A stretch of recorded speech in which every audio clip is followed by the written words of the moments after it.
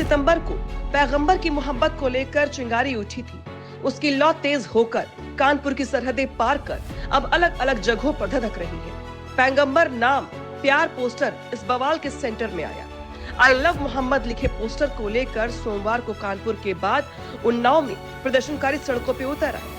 Police प्रदर्शनकारियों को मौके से हटाने की जद्दोजहद करती रही, लेकिन प्रदर्शन आक्रोश की ओर बढ़ता रहा। उन्नाव में बवाल हुआ तो सोशल मीडिया पर आई लव मोहम्मद जैसे शब्द ट्रेंड करने लगे। यूपी के अलग अलग जिलों से इसी तरीके के प्रदर्शन की खबरें सामने आई हैं। कहीं पर सांप्रदायिक नारे लगे तो कहीं भीड़ की पुलिस से ही भिड़ंत हो गई। 22 सितंबर को उन्नाव में हाथों और अपने पैगंबर के प्रति प्यार का इजहार करते हुए जो भीड़ आक्रोश जताने निकली थी, उसकी पटकथा कई दिनों पुरानी है।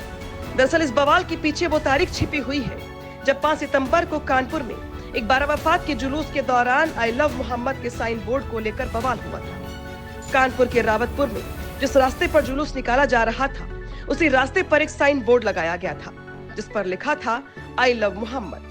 बारावफात के जुलूस में ये पहला मौका था जब जुलूस में नई परंपरा की शुरुआत की गई थी। इसी को लेकर हिंदू पक्ष ने विरोध शुरू कर दिया।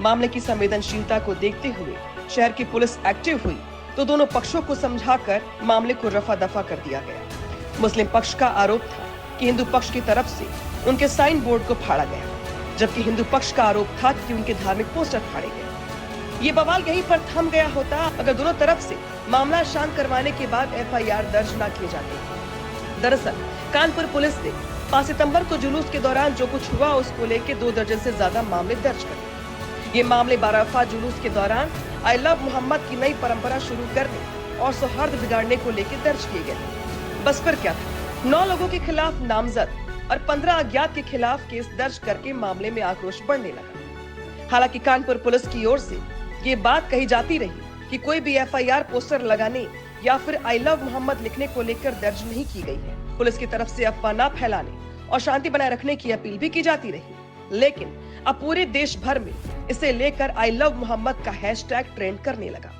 उन्नाव में हालांकि पुलिस ने काफी हद तक हालात को नियंत्रित करने की कोशिश की है, लेकिन प्रदर्शनकारियों ने पुलिस के हाथ से लाठियां छीनी, पत्थरबाजी की भी खबरें सामने आई।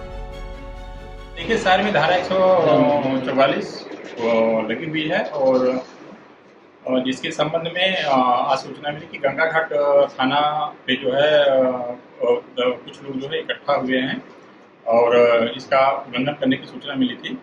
इस आधार पे पुलिस वहां गई थी, तो वहां पे जिस मोहल्ले में गई थी जहां पे सूचना मिली थी, वहां पे कुछ महिलाओं और कुछ पुरुषों द्वारा पुलिस के कार्य में बाधा पहुंचाया गया था, जिसको हल्का सा बल प्रयोग करके वहां से उनको हटा दिया गया है और मौके से 6 लोगों को गिरफ्तार किया गया है और मुकदमा पंजीकृत करके अन्य आवश्यक विधिक कार्रवाई की जाएगी। सर, विरोध कानपुर से शुरू हुआ था। उन्नाव में सुबह भी कुछ लोगों द्वारा जुलूस निकाला गया था सदर कोतवाली में।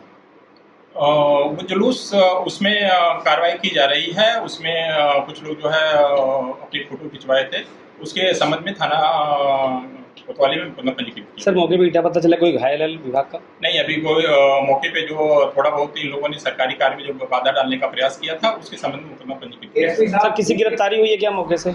हाँ, मौके से 6 लोगों की गिरफ्तारी हुई। यूपी में धार्मिक आग की लौ उठती देख सियासतदानों को भी अपनी रोटियों सेकने का मौका मिल गया।